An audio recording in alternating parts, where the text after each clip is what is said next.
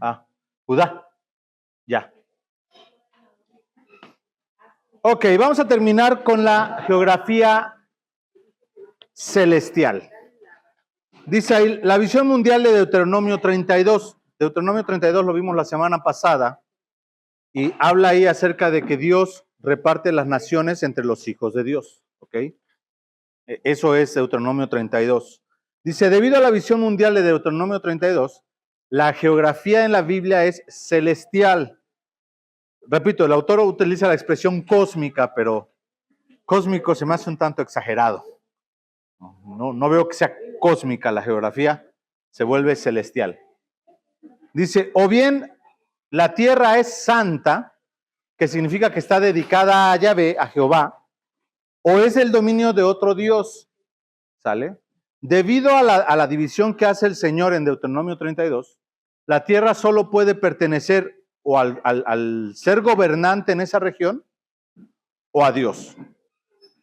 En el caso de Dios, hasta el día de hoy le llamamos a la tierra de Jerusalén, de Israel, perdón, Tierra Santa. El motivo de llamarle Tierra Santa, curiosamente, es porque está apartada para el Señor. La palabra santo en su acepción más básica, su significado más sencillo, es que es apartado para, ¿ok? O sea, aquí no estamos hablando del fuego, ni del agua, ni de purificación, nada de eso. Solamente hablamos del sentido de que es apartado de, ¿sale? Ajá. Y entonces cuando el mundo, los gobiernos, a Tierra Santa, ellos ¿qué tienen en su cabeza? A Israel, a la nación, pero ellos se refieren a Tierra Santa en el sentido místico, vamos a llamarla así, que la Iglesia Católica le ha dado a la palabra, ¿no? Porque tenemos el significado de la palabra santo, hermanos. A ver, ahí ya dejen de distraérseme un poquito. El significado de la palabra santo se ha transgiversado un poco porque se ha cambiado un poco porque la Iglesia Católica, sobre todo, por muchísimo tiempo, le ha dado un significado un tanto místico a la palabra santo. Entonces tenemos, por ejemplo, a los santos apóstoles y nos los dibujan con una aureolita acá, ¿no? Tenemos a los santos ángeles, San Gabriel y San Miguel. Tenemos santos, los lagunas. Tenemos santos de todo. Y el motivo de esa situación que se ha hecho de parte de la iglesia ha hecho pensar a la gente que para ser santo se tiene que ser alguien un tanto medio especial, medio místico, casi flotar, que si tú lo tocas además en automático te cura o te sana, te hace algún milagro. Todos los santos en automático hacen milagros, de ahí que cuando canonizan a un papa o a un hombre, o sea, uno de los requisitos es que haya hecho milagros, porque está este concepto extraño de que los santos hacen milagros, lo cual no es bíblico, o sea, es una enseñanza totalmente extrabíblica y totalmente de hombres. Entonces, cuando se habla de la Tierra Santa, se habla de Tierra Santa en ese sentido místico del lugar, no tanto como apartado para Dios, sino ellos le mencionan a ese territorio por las cosas extraordinarias que sucedieron ahí, que han sucedido ahí por cientos y miles de años, ¿no? Pero sí es una realidad que esa tierra es santa en el sentido que Dios la apartó para él, ¿sí? El resto de los territorios alrededor de Israel no eran santos. Hoy vamos a hablar un poquito de eso, de cómo es que la Biblia nos enseña que Israel era santo, las demás naciones no eran santas. Y era necesario, como cuando uno va a la playa hoy en día y se lleva su arenita, llevar tierra de Israel para que el lugar se mantuviera santo, a donde tú ibas, ¿vale? Hay una cuestión media extraña ahí, que yo no había notado, pero que es muy interesante de ver, ¿ok?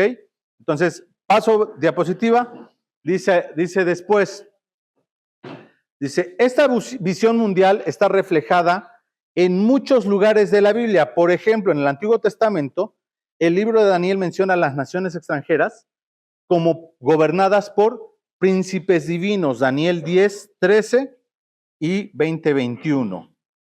Daniel 10:13 dice así: mas el príncipe del reino de Persia se me opuso durante 21 días, pero aquí Miguel, uno de los principales príncipes, vino para ayudarme y quedé allí con los reyes de Persia. Versículos 20 y 21. Él me dijo: ¿sabes por qué he venido a ti, Miguel?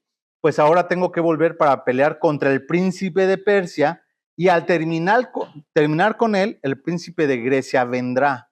Versículo 21, pero yo te declaro lo que está escrito en el libro de la verdad, y ninguno me ayuda contra ellos, sino Miguel, vuestro príncipe. Entonces, Daniel está en una situación, dice que él se sintió mal durante una cantidad de 3 semanas, le vino palabra de Dios a él, pero cuando viene esta visión, se nos aclara que durante esos 21 días que él estuvo sintiéndose mal del estómago, él básicamente estuvo con diarrea, esa es la básica, lo que estamos entendiendo. Dice que se le aparece el arcángel Miguel en este caso, por eso es el príncipe de los príncipes. El arcángel Miguel se le aparece y le explica que él estuvo batallando contra otro principado, contra otro ser, que es un príncipe y es el que tiene autoridad sobre la región de Persia. Dice que va a batallar todavía con él, y cuando haya acabado de batallar con él, va a venir después de él un siguiente príncipe, otra gobernante, otro principado, que va a ser el principado de Grecia.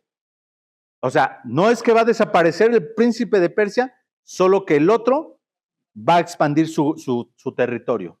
¿Ok? Eso es lo que le está explicando. Esta situación es muy evidente en la palabra de Dios. Hay quienes no lo quieren ver así o no les gusta verlo así, el rollo de ellos, pero creo que el texto es muy, muy claro, no hay una ambigüedad en ese sentido.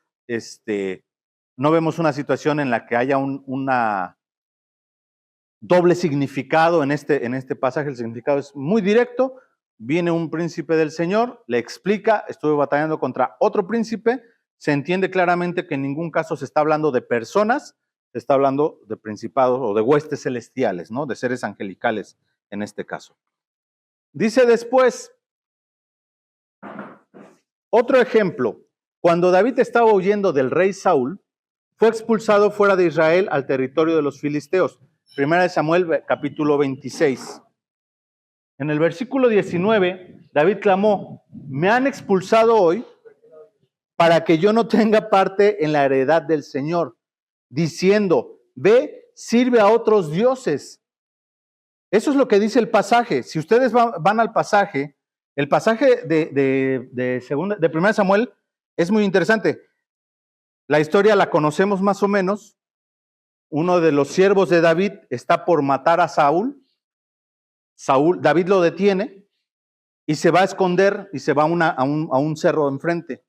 Cuando se despierta Saúl y se entera que está David cerca, antes de que eso suceda, uno de sus generales de Saúl está gritando de cerro a cerro, o así dan a entender, con David.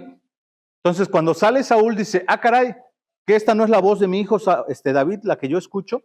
Y entonces David le dice: sí, rey, aquí estoy. Versículo 16. Y dijo David a Abner: ¿no eres tú tu hombre, y quién hay como tú en Israel? Porque 15, sí. Ah, es que no, pensé que él me estaba diciendo Gerson a mí. Dije: no, ¿cómo que no? Sí. Estoy leyendo, si voy bien. ¿Por qué pues no has guardado al rey tu señor? Porque uno del pueblo ha entrado a matar a tu señor el rey. Esto que has hecho no está bien. Vive Jehová, que sois digno de muerte, porque no habéis guardado vuestro señor al ungido de Jehová. Mira pues ahora dónde está la lanza del rey y la vasija del agua. Y conociendo Saúl la voz de David, dijo: ¿no es esta tu voz, hijo mío, David? Y David respondió: mi voz es, rey, señor. Y continúa, llegamos al versículo 19. Ruego pues que el rey, mi señor, oiga ahora las palabras de su siervo. Si Jehová te incita contra mí, acepte él la ofrenda. Mas si fueren hijos de hombres, malditos sean ellos en presencia de Jehová, porque me han arrojado hoy para que no tenga parte en la heredad de Jehová, diciendo: ve y sirve a dioses ajenos. Cuando David está lejos de Israel por causa de que es expulsado, A Saúl le dicen, te quiere matar. Saúl está medio locatel y él quiere matar a David porque dice, te va a quitar el trono y toda esta situación ahí media Game of Thrones que se da. David sale y es expulsado por el mismo gobierno de Israel, que en este caso es Saúl, y David es claro en decir, a mí se me mandó con los filisteos. Comentario aparte, Filistea es la franja de Gaza hoy en día. Va David a esa región de Gaza y él tiene que servir, o sea, él tiene que estar, durante el tiempo que él se encuentra en Filistea, él adora a otros dioses. No lo hace porque David crea que esos dioses son Dios. Lo hace porque está en el territorio de ellos. Hoy en día nosotros diríamos, ¿cómo se atreve?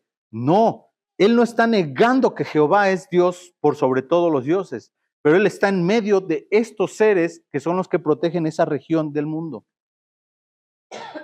Y él es donde él finge su locura y todo esto. Pero aún en esa situación, él viene y es prosperado aún a través de que él pues está en una situación de adoración ajena. Dice, tampoco estaba negando que Dios está presente en todo lugar, pero Israel era tierra santa, el lugar que le pertenecía al Dios verdadero. David estaba atrapado en el dominio de otro Dios. Eso es lo que está pasando con David en ese pasaje. ¿Sale? No está justificado, simplemente Dios dice, entiendo que tú estás en un lugar donde tú no puedes adorarme porque ese no es mi lugar. Ese lugar físico le pertenece en este momento a otra deidad. Y en ese lugar se adora a esa deidad. Ahorita vamos a ver otro ejemplo, pero va. ¿Vale? Ya puedo cambiar, ¿va? Perdón. Esa deidad podríamos pensar que ya se había apartado de la adoración. Sí, ya no estaba adorándose a Dios en ese lugar. Pero sí podría haber deidades en otros que estuvieran encargados de otras profesiones. Sí, que estuvieran del lado de Jehová. Por ejemplo. Pues hay regiones alrededor de Israel donde se adoraba a Jehová, por ejemplo. Sin embargo, no eran parte del territorio de Israel. Esa separación entre que esos lugares se adoraba a Jehová y no eran parte del territorio de Israel, nos hace ver claramente que había otros seres celestiales que sí dirigían al pueblo o a sus regiones a llevar adoración al Dios verdadero. ¿Sí? Porque ellos lo entendían y hacían. Ahora, también vale la pena mencionar que en estos lugares se hacían vasijas y decían que esa vasija era Yahvé. O sea, sí había una mezcla de la manera de adorar a Dios, ¿no? En esos pequeños lugares. Porque hay vasijas, las cuales se dice que esa era la estatuilla de Yahvé, ¿no? O sea, de Jehová.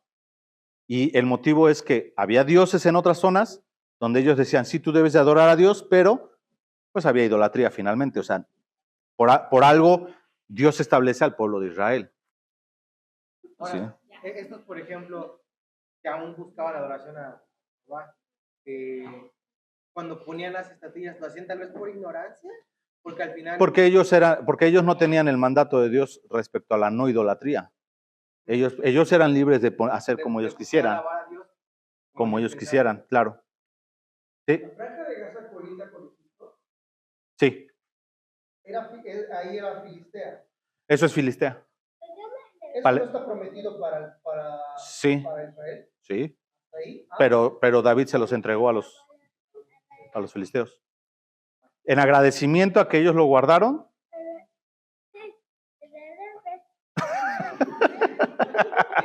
En agradecimiento a que los filisteos lo cuidaron, él hace un pacto de paz con ellos. Yo recuerdo una vez haber escuchado que decías que Abraham dijo que todo lo que pisara en la planta de sus pies y que no habían dado Josué. Perdona. A Josué. Y esa parte no la poseyó. No caminó por ahí. También estaba pensando eso. Sí, no camina, no va para allá, ¿eh? Que Dios le promete que todo lo que pisara la planta de su pie a Josué. Y dice, entonces, ¿no caminó Josué por ahí? No caminó por ahí. No entra a Israel para allá, nunca. Pero No, no, porque no obedecieron. Fue su error. O sea, hubo desobediencia de parte del pueblo porque Él les prometió desde el río hasta el Jordán, desde el mar hasta el Jordán. Y ellos no caminaron esa tierra. Pues si no la caminaron, pues ya. En el momento en el que la toman fue... En el tiempo en que debieron haberla tomado, la hubieran hecho suya. Sí hubo un momento en el que fue suya, ¿no? Aparte. No. Ellos nunca la toman. ¿Guerras? Bueno, históricamente han entrado y salido, pero bíblicamente, en el tiempo bíblico, ellos nunca toman la tierra. No, nunca toman la tierra. Al grado que cuando está David, o sea, Filistea es una nación fuerte, ¿no? Ahora, dicho eso, la región de los filisteos había gigantes, ¿no? Lo vimos la semana que no vino Marco. Los Nefilim, había Anakims, se llamaban, ¿no? Los vimos. Sí, los Anakims. De ahí vienen los hijos de Anak. Los Anakim son habitantes, algunos de ellos, en la zona de Filistea. Pues el gigante más famoso era Goliat, era filisteo, ¿no? O sea, era de esa región. Nunca pudieron dominar esa región. Y evidentemente hay una cuestión espiritual detrás del no poder jamás tomar esa región, ¿no? La región de Gaza es una colonia de Morelos, hermanos. Sí, o sea, es un pedacito de tierra pequeñísimo. Pues es y no importante, porque comparado con toda la costa de puerto que tiene Israel, el puerto más grande que tiene es Tel Aviv, o sea, está gigantesco. No es tan relevante ni tan importante, o sea, Gaza no es tan importante en cuanto a economía. No crean que es un gran lugar para que Israel quiera quedarse con él, tampoco. Hoy en día, hablo de actualmente. En ese momento era muy importante porque era la frontera directa marítima más cercana con Egipto. Ahí sí. Pero históricamente Egipto siempre ha apoyado a Gaza. Hasta el día de hoy, de hecho, la guerra de los 6 días, en los 60s, Israel fue apoyado por Egipto para atacar, los palestinos fueron apoyados por Egipto para atacar Israel, la nueva nación, y pues perdieron, al grado que Egipto se echó 67. No, estoy hablando de cuando le gana prácticamente Israel la franja de Gaza y luego se la cede otra vez a Egipto, ¿no? Del pacto de paz que hay. En la guerra de los 6 días. En la guerra de los 6 días es en 1967. Otra vez. Sí, la franja de Gaza nunca la ha pertenecido. Ajá. Gaza es un país, por así decirlo. Es un estado. Sí. Ajá. O es Yucatán. O Yucatán. ¿Perdón? Por israelitas y árabes, porque es parte del país. Por israelitas y árabes. O sea, independientemente de que sea la mayoría o no, está habitada por israelitas y árabes, ¿no? Muchos árabes han salido de ahí porque no quieren vivir ahí, se van a Israel. Pero si quieres tú entrar como israelita allá, no te dejan. Es todo un problema. Ok. Tenía ganas de ir apenas, pero siempre ya no. Otra historia del Antiguo Testamento que prueba este punto se encuentra en Segunda de Reyes 5. ¿Cuántos conocen la historia de Naamán? ¿Quién sabe quién era Naamán? El leproso. Sí, yo estoy oyendo a Marcos diciendo, voy a decir cómo va a decir que es malvado. Ah, ok, no. No, Naamán es un siervo, ¿sí? Ese es Amán. Es un siervo sirio de un rey que es de Siria, que era muy poderoso, era su general, y de pronto le cae lepra. Va con sus dioses en Siria, nadie lo puede sanar, va con los médicos de Siria, nadie lo puede sanar, y va con el rey y le dice, a mí me dijo una criada mía, que es israelita, que allá tienen el rey, un profeta que puede sanar la lepra. Y le dice, está bien fácil, el rey de Siria y yo somos bien cuates, el de Israel y yo, te doy cartas, ve y preséntate ante el rey. Entonces le manda cartas y en las cartas le dice al rey, sana a mi siervo. Y el rey le dice, oye, ¿te pasa? Yo cuando te dije que soy sanador de personas. No lo deja, le dice, no, ¿sabes qué? No, yo no puedo sanar. Y Naamán se siente triste y le dicen, llega a oídos de Eliseo, el profeta, y le dice, oye, para que no digan que no hay Dios en Israel, dile que venga conmigo. Va Naamán con Eliseo y en el camino, Gasi o Gisio, ¿cómo se llama este muchacho? Casey, gracias. Jesse, vamos a llamarle Jesse. Ok, entonces Jesse detiene a Naamán y le dice, no continúes tu camino. El profeta me ha enviado y me dijo que solamente tienes que lavarte 7 veces en el Jordán y vas a quedar limpio. Esa es más o menos la instrucción. A lo que Naamán se ofende y dice, ¿cómo me voy a ir a meter esa agua mugrosa habiendo ríos tan buenos en Damasco? Que yo creo que sí, quizás eran ríos muy buenos, ¿eh? O sea, he conocido ríos en el mundo, hermanos, y hay que admitirlo. El río Cosla está sobre todo.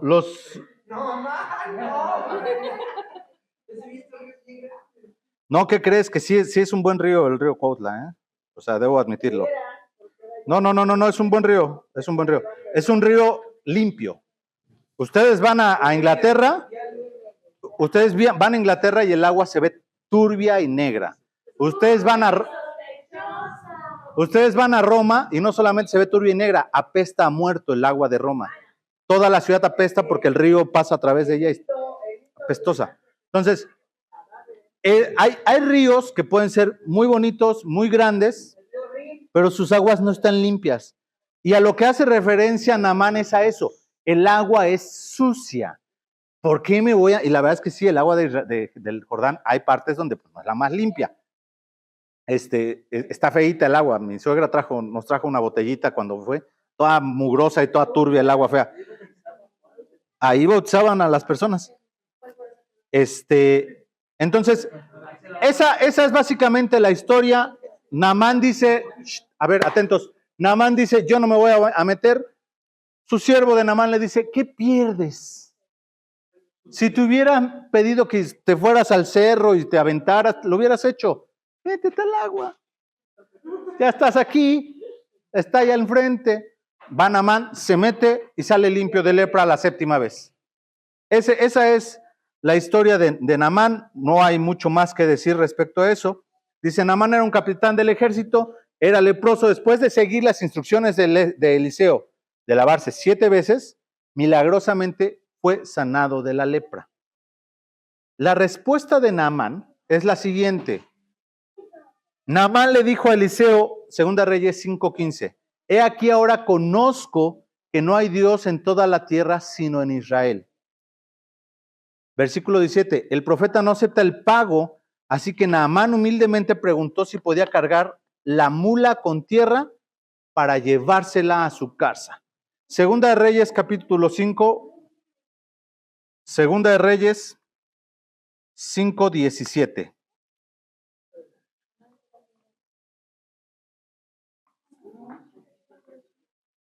Versículo 16 dice así, mas él dijo, vive Jehová en cuya presencia estoy, que no lo aceptaré, y le instaba que aceptara alguna cosa, pero él no lo quiso. Entonces Naamán dijo, te ruego pues que de esta tierra no se dará a tu siervo la carga de un par de mulas, porque de aquí en adelante tu siervo no sacrificará holocausto ni ofrecerá sacrificio a otros dioses, sino a Jehová. O sea, observen lo que está diciendo Naamán. No voy a ofrecer holocausto más que a Jehová, pero para hacerlo necesito llevarme tierra de aquí, porque la de allá no es ofrecida a Dios.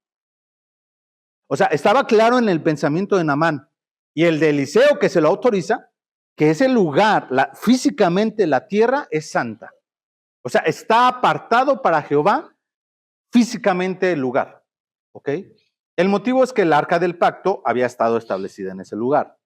Tampoco es porque la tierra fuera especial por sí misma, porque Dios le prometió esa tierra al pueblo y el pueblo llevó la presencia de Dios a toda esa tierra. ¿Ok? O sea, es la presencia del pueblo en la tierra lo que hace ese lugar santo. No es la tierra por sí misma, porque pronto también vamos al rato a hacer ideas locas, ¿no? Y andar llevándonos botellitas de arena para andar diciendo, no, es que esta es tierra santa. No. Lo que está pasando aquí es que el pueblo que habitaba ese lugar era lugar santo. O sea, era pueblo santo.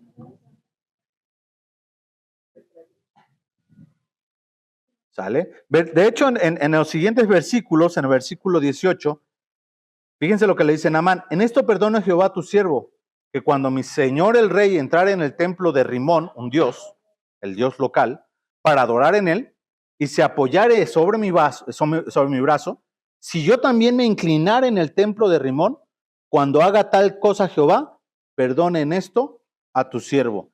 Estoy en un lugar donde Jehová no gobierna, dice.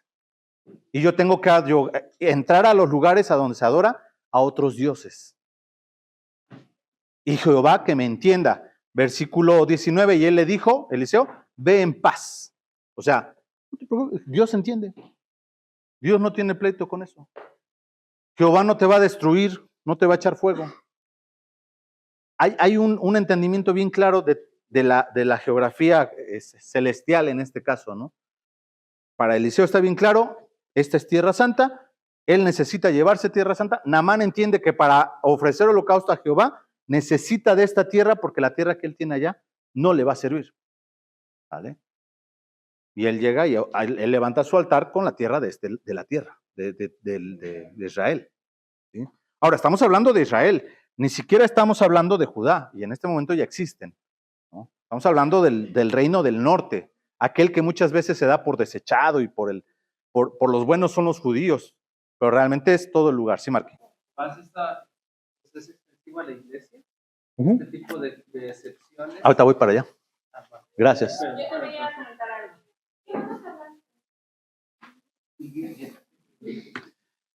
Separa los dos veces que intervienen. No es casualidad, siguiente diapositiva, que vemos este mismo tipo de mentalidad en el Nuevo Testamento. Pablo usa una variedad de términos para seres divinos hostiles. Efesios 1:20, 21, Efesios 3:10, Efesios 6:12, Colosenses 1:16 y Colosenses 2:15. A ver, les voy a poner nada más Efesios 1. Dice, la cual operó en Cristo resucitándole los muertos y sentándole a su diestra en los lugares celestiales. Cosa que debemos de entender de este pasaje, existe algo que son los lugares celestiales. O sea, hay asientos o, pues sí, una corte real y Jesús está sentado en ella. Versículo 21, Jesús está sentado sobre todo principado y autoridad y poder y señorío y sobre todo nombre que se nombra no solo en este siglo, sino también en el venidero. ¿Qué está diciendo Pablo con esa última expresión? Sobre todo nombre que se nombra no solo en este siglo, sino en el venidero. ¿Van a seguirle cambiando el nombre a los dioses? Pero él está por encima de ellos. Eso es lo que está diciendo Pablo. ¿Sale? Y básicamente en los demás pasajes es muy similar el lenguaje, sobre principados, sobre potestades, sobre gobernadores en las regiones celestes, y así, ¿no? En cada uno de los pasajes que vienen ahí. El lenguaje es similar, dice ahí, ¿qué es lo que tienen en común estos nombres? Gobernantes, autoridades, poderes o tronos. Todos eran términos bien conocidos, hasta el día de hoy, son usados para describir al gobernante geográfico. O sea, Pablo no dice sobre ángeles, sobre demonios. Él dice, no. Sobre principados, sobre tronos, sobre gobernantes, sobre nombres que están por encima de los demás nombres. O sea, estamos hablando de personas de autoridad y de renombre. ¿Sale? Y Jesús está sentado por encima de ellos, dice Pablo. O sea, él está en un lugar de supereminencia, ¿va? No solo eminencia, sino está encima de las eminencias. Ese es el concepto que está bien claro para Pablo en cuanto a los términos geográficos que existen, ¿va? Dice, después que Israel estableciera residencia en Canaán, acuérdense que esa era la tierra de Canaán, la presencia de Yahvé estaba en el templo, santificando la tierra prometida como tierra santa. Yahvé y su pueblo estaban en su hogar.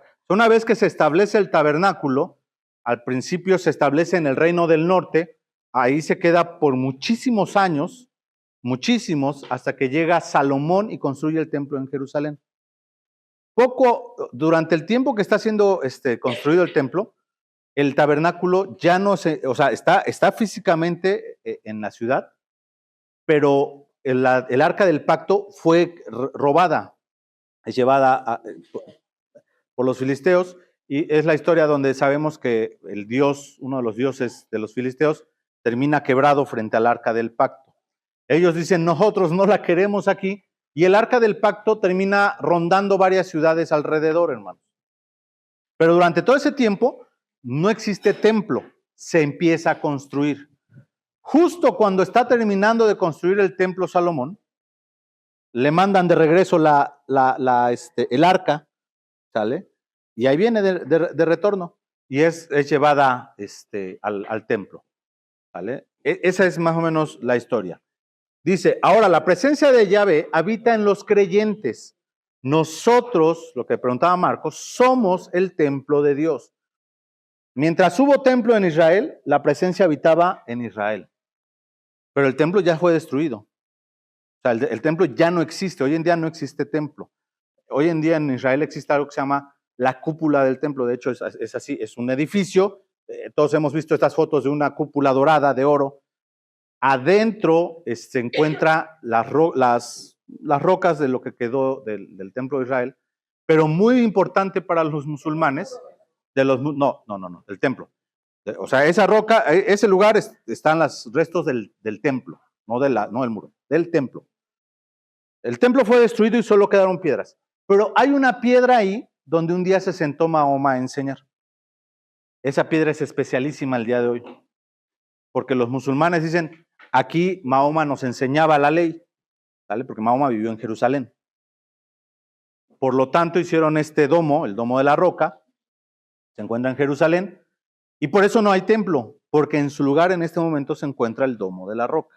Hasta que no se ha destruido ese lugar y se pueda volver a reconstruir el templo, lo cual está profetizado que habrá de pasar, por el momento no hay templo.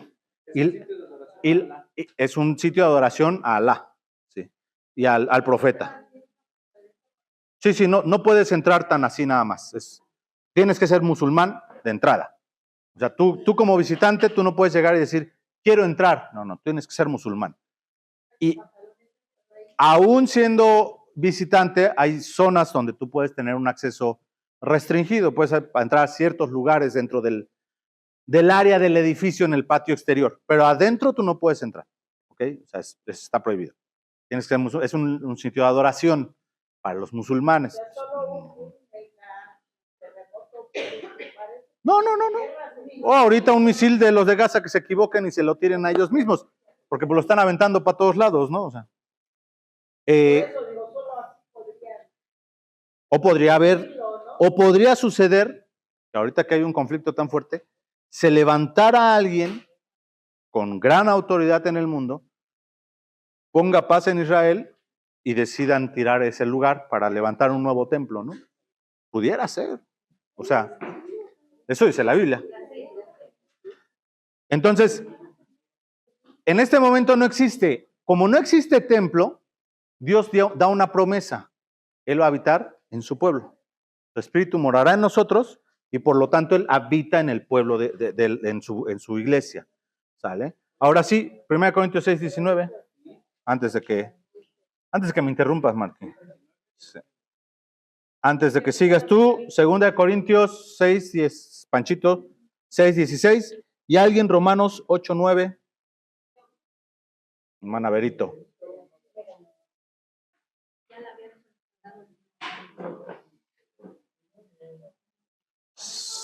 Israel no es una nación judía, entonces, actualmente. No, ahorita es un país, así como México. No. De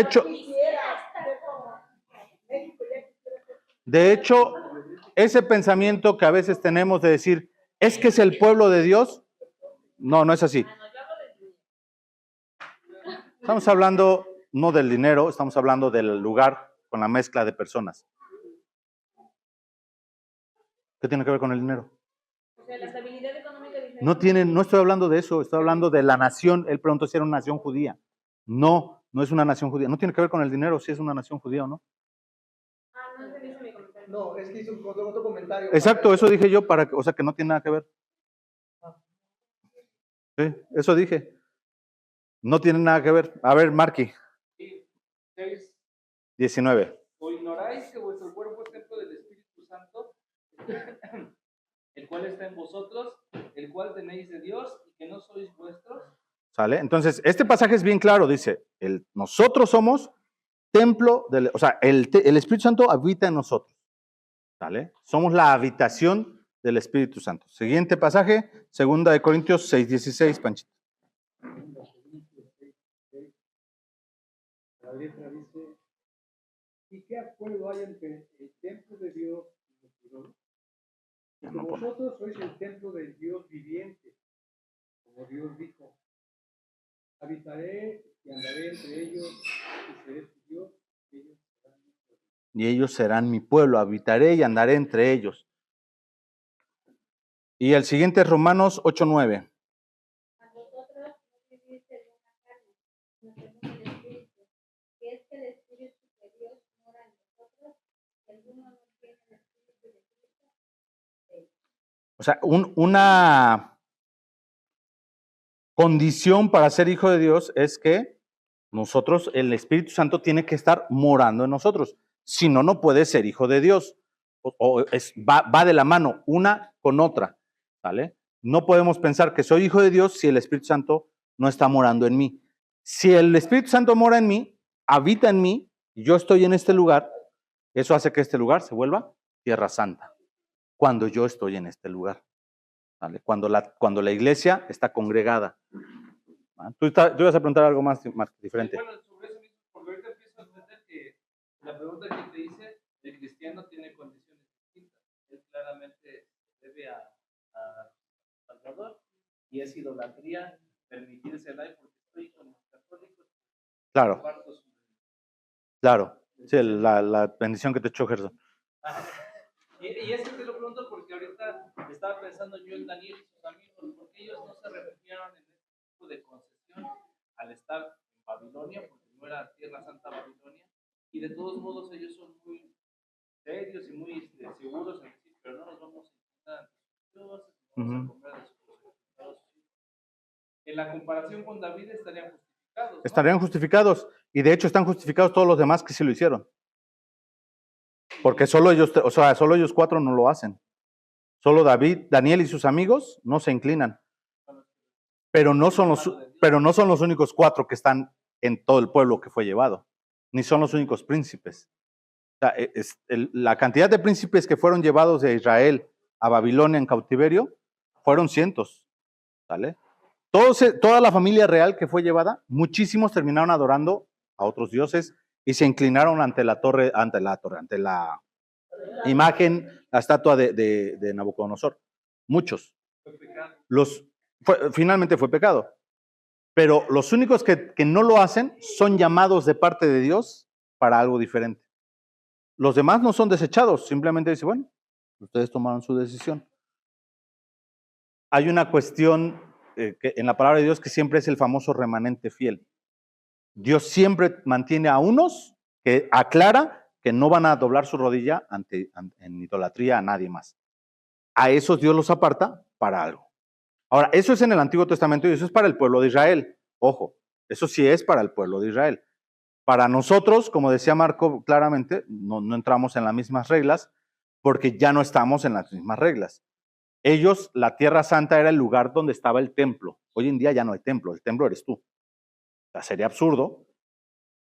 Sucedió más de una vez, en 2 ocasiones, según la historia universal, es invadido Jerusalén y en una de esas ocasiones se mete una estatua del César dentro del lugar santo. ¿Vale? O sea, durante la noche, los invasores romanos vienen, traen una estatua de César y la metieron junto a los panes de la proposición. Cuando le levantan los sacerdotes y entran, se rasgan las vestiduras e Israel gime y llora porque se profanó el lugar santísimo. Esa es la abominación desoladora de la que profetizó el profeta Daniel. La de Antíoco, ¿no? Él viene y hace eso. Y no solo eso, les pone estatuas de dioses alrededor de toda la ciudad mientras ellos dormían. Hubo lamento. Consecuencia, en la mañana, mientras todos lloraban, los mataron. O sea, fue a propósito, eran personas con malicia, y lo que quería era destruir a la ciudad. ¿Cómo? Haciéndoles ver, ¿ves? Mis dioses son más poderosos que el tuyo. ¿Por qué el judío aborreció ese momento? Porque decían, esto es algo santísimo y lo estás corrompiendo con una idolatría. El cristiano mismo es el templo de Dios. O sea, es absurdo que tú y yo metamos dentro de nosotros mismos idolatría. O sea, es equivalente a ese acto, ¿no? ¿Sí me explico? Dice entonces dice, eso significa que los creyentes, el cuerpo de Cristo, son el nuevo pueblo de Dios, un nuevo Israel. Pablo deja esto explícitamente claro en Gálatas 3:7. Vamos a Gálatas capítulo 3. Versículo 7 dice así: sabed por tanto que los que son de fe, estos son hijos de Abraham. Versículos 26 al 29. Pues todos sois hijos de Dios por la fe en Cristo Jesús, porque todos los que habéis sido bautizados en Cristo, de Cristo estáis revestidos. Ya no hay judío ni griego, esclavo ni libre, no hay varón ni mujer, porque todos vosotros sois uno en Cristo Jesús. Y si vosotros sois de Cristo, ciertamente el linaje de Abraham sois y herederos según la promesa. Pablo está siendo muy claro en este pasaje en decir, si tú eres de la fe de Cristo, en automático tú eres del pueblo de Dios. Y si tú eres del pueblo de Dios, si tienes el Espíritu Santo en ti, que es el templo del Espíritu, donde tú te pares es tierra santa ahora. Por eso las reglas cambian un poco. Ya no hay un templo donde está restringida la presencia de Dios. Antes Dios es bien claro en decir, solamente mi nombre y mi presencia, bueno, vamos a hablar del nombre la siguiente semana, pero mi presencia va a estar en este lugar. ¿Vale? Y aclara Dios a Salomón. Le dice, yo no habito en un templo hecho por manos, pero por amor a tu padre y por amor a ti, voy a habitar en este templo. ¿Vale? Y si en este lugar donde mi nombre es invocado, mi pueblo se humillare y buscare mi rostro, yo perdonaré sus pecados. Pero ojo, no es ahí donde Dios, o sea, no es porque Dios quisiera morar en ese lugar. Es por misericordia y por gracia que dice, voy a estar entre ustedes. ¿Sale? Dice después, ya vamos a acabar, dos diapositivas. Una lección de esta situación es que este mundo no es nuestro hogar. Las tinieblas penetraron en todo el planeta. Los incrédulos son esencialmente rehenes de fuerzas espirituales. Necesitan el evangelio para ser libres. Y no olvides que el evangelio es nuestra arma. O sea, las personas que están alrededor no son tus enemigos, son rehenes dentro de un mundo que los tiene cautivos. Ellos no pueden salirse de ahí porque quieran. Justo ahora con lo que está pasando en Israel, dentro de las noticias que he estado viendo es que han estado raptando a muchas mujeres y hay videos de cómo las están violando en muchas situaciones así muy fuertes frente a sus hijos. Y imagina que esas mujeres regresan después a Israel. Tú no puedes decir, ahora tú eres una prostituta porque te violaron mientras eras rehén. Yo no la puedo acusar de eso. Era rehén. Cooperara o no cooperara, iba a suceder. Esa es la única realidad. Yo no puedo ahora juzgar a esa persona que ya salió de una situación de rehén y decir, tu pasado te define. Espérate, yo no puedo hacer eso. Los cristianos somos rehenes que fuimos liberados. De pronto tenemos que pensar un poco en eso. Muchas veces juzgamos al que salió de su pasado, viene a Cristo y aún trae arrastrando cosas de su pasado y queremos juzgarle por ese pasado. Espérate, él estuvo en una situación de ser rehén. Yo no puedo pensar que va a cambiar inmediatamente y va a haber muchas cosas que quizás va a tardar años en superar y en trabajar. Es así, ¿vale? Nuestra labor es compartir el evangelio y con él Dios irá haciendo la obra. Dice, no estamos autorizados a confrontar los principados y poderes directamente. Si bien tenemos autoridad, no es nuestra meta como cristianos estar haciendo la dichosa guerra espiritual y aventando espadazos bíblicos. No va por ahí, ¿vale? Porque hay muchas iglesias que sí lo enseñan. O sea, conozco de una iglesia, nos la contaba alguna vez un hermano, donde él lo invitó a un amigo suyo y literalmente tenían espadas y escudos físicos y se vestían y se disfrazaban y durante el servicio se ponían a echar espadazos, ¿no? No es eso, Dios no está mandándonos a eso, eso no es lo que está diciendo el Señor. ¿Vale? Para esto no hay un don espiritual dado a nosotros a través de los apóstoles, pero la dispensación fiel del Evangelio cambiará las tornas. La Gran Comisión es un plan para la batalla espiritual. La Gran Comisión es, lo vamos a ver más adelante, pero la Gran Comisión es la manera en que Dios dice, con esto vamos a ir tomando el territorio enemigo. ¿Vale? Esa es la batalla espiritual. A través de ir, compartir el Evangelio y hacer discípulos a todas las naciones. O sea, la misma expresión, visto desde la geografía celestial, Dios está diciéndole ahora a su iglesia, a Israel nunca se lo dijo, pero ahora a su iglesia sí le dice, ve a las naciones y haz discípulos dentro de ellas. Mete espías. Toma esas tierras que no son nuestras. Otra lección que necesitamos ver a cada congregación de verdaderos creyentes como tierra sagrada. A Dios no le interesan las apariencias externas, los edificios o el tamaño de la congregación. Lo que importa es que donde haya 2 o 3 reunidos, Jesús está en medio de ellos. Lo hablábamos la semana pasada un poco. El espacio es sagrado.